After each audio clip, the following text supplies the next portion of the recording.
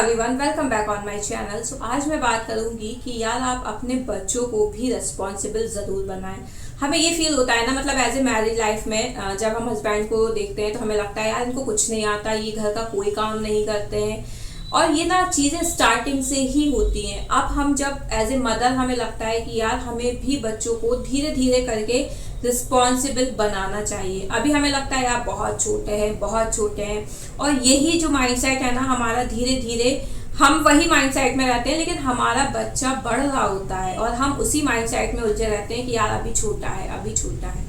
तो छोटा है तो हमें छोटे के हिसाब से चीज़ें करानी है। ऐसा नहीं है कि अगर बच्चा छोटा है तो हम उसे बहुत बड़े बड़े काम करा रहे हैं या बहुत बड़ी रिस्पॉन्सिबिलिटी दे रहे हैं। इवन अगर बच्चा 2 to 3 ईयर्स का भी है तो हम उसे एज ए रिस्पॉन्सिबल ऐसे बना सकते हैं कि सपोज वो टॉयज खेल रहा है, तो अल्टीमेट जब उसका गेम ओवर हो गया है, वो खेल चुका है, तो हम उसी से ये बोलेंगे कि आप अपने टॉयज को बास्केट में अरेंज करो, और वो डेफिनेटली करेगा क्योंकि उसे भी मज़ा आता है करने में, ऐसा नहीं है।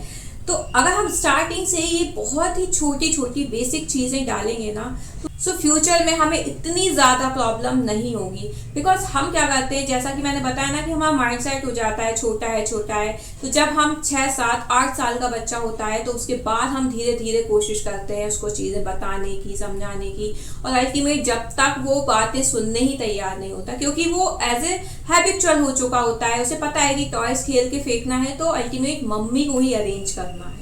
तो ये उसका माइंडसेट हो जाता है, इसमें उसकी भी गलती नहीं कहेंगे क्योंकि ये एनवायरनमेंट हमने ही उसको दिया था।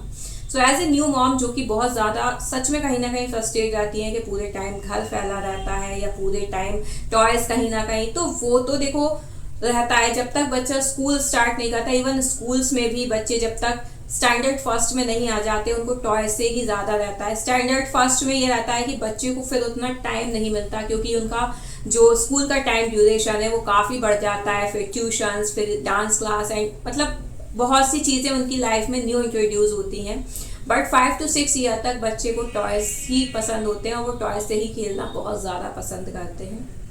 तो आप कोशिश कीजिए, अगर आप स्टार्टिंग फेज में हैं, आप न्यू मॉम हैं, आपका भी अगर 2 to 3 ईयर्स का है, तो आप अभी से धीरे धीरे कोशिश करिए, आप उसकी बकेट बनाइए। आप भी अगर अभी से सिस्टमैटिक चीज़ें रखेंगी और उसको बताएंगी ना, तो डेफिनेटली वो फ्यूचर में भी वैसा ही करेगा, बिकॉज उसको स्टार्टिंग से वही एनवायरनमेंट मिल रहा होगा। और जैसे ही बच्चा स्कूल स्टार्ट करता है तो यहाँ पे भी आपको बहुत बेसिक सी, मतलब मैं ये नहीं बोल रही हूँ कि बच्चा स्कूल जा रहा है तो आप बोल दो कि उससे कि वही सॉक्स और शूज़ पहने और वही सब करे। नो वेज, आपको बस ये बोलना है कि आपको अपना बैग यहाँ रखना है, आपकी वाटर बॉटल इधर रखनी है, आपको लंच निकाल के सिंक में डालना है। ये पता है कहने में बहुत ही छोटी छोटी चीज़ें हैं, लेकिन हम अल्टीमेट एज ए मदर वो स्टार्टिंग में नहीं करवा पाते, और बाद में कहीं ना कहीं हमें ही फील होता है कि यार हमने कुछ नहीं सिखाया। ये फील होता है, सीरियसली होता है, और बच्चे की इसमें सीरियसली कोई गलती नहीं होती, बिकॉज उसको वो एनवायरनमेंट मिल रहा होता है, उसे नहीं पता कि ये चीज़ें उसकी करने की भी हैं। सो स्टार्टिंग से ही अगर बच्चा स्कूल जा रहा है तो आप ये हैबिट, और अगर आप शुरू से कराओगे ना तो बच्चा करेगा और धीरे धीरे ऐसे ही उसकी हैबिट बढ़ेगी। तो सोचो जब वो और बड़ी क्लासेस में आएगा तो आपका भी थोड़ा वर्क शेड्यूल, जो वर्क का हैक्टिक है ना, वो थोड़ा कम होगा, बिकॉज वो बहुत अपने बेसिक काम खुद कर रहा होगा। अब जैसे क्लास फर्स्ट में आया है तो आप प्रॉपर एक टाइम टेबल अरेंज करो, प्रिंट आउट निकलवा के आप पेस्ट करो, उसके अकॉर्डिंग धीरे धीरे बच्चा समझेगा कि कौन सी बुक रखनी है, कौन सी नोटबुक रखनी है। क्योंकि बहुत फैमिलीज में ऐसा होता है कि ये सब काम भी मदर कर रही होती है, और मदर खुद इतना प्रेशर में होती है ना कि उसको लंच भी क्रिएट बनाना है, उसको बच्चे को भी तैयार करना है, बस स्टॉप तक छोड़ने भी जाना है, बुक्स भी रखना है।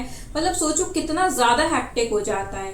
तो इसी में से अगर कुछ पार्ट हम बच्चे को दे देंगे तो हमारा हैक्टिक भी कम होगा वर्क का, और हम भी इजी गोइंग में चीज़ें कर पाएंगे और एक हैप्पी उसमें भेज पाएंगे। पता है सुबह सुबह की भाग दौड़ में हम अक्सर बच्चे को वो अच्छा मूवमेंट नहीं दे पाते। हम हमेशा बस जल्दी करो, जल्दी ऐसा करो, जल्दी खाओ, जल्दी जाना है। इस चक्कर में हम बच्चे को एक प्यारा सा हक भी नहीं कर पाते हैं कि बेबी अच्छे से करके आना, अच्छे से पढ़ के आना। बस इसी जल्दी जल्दी में बच्चा चला जाता है और आ जाता है, और यही शेड्यूल चलता रहता है। तो इस लाइफ को थोड़ा सा इजी बनाने हम ये छोटे छोटे स्टेप्स लेंगे ना, तो डेफिनेटली हमारे लिए भी बहुत अच्छा होगा और हमारे बेबी के लिए भी बहुत अच्छा होगा। So I hope you like my video. If you like, please share and subscribe the channel for more. Thank you.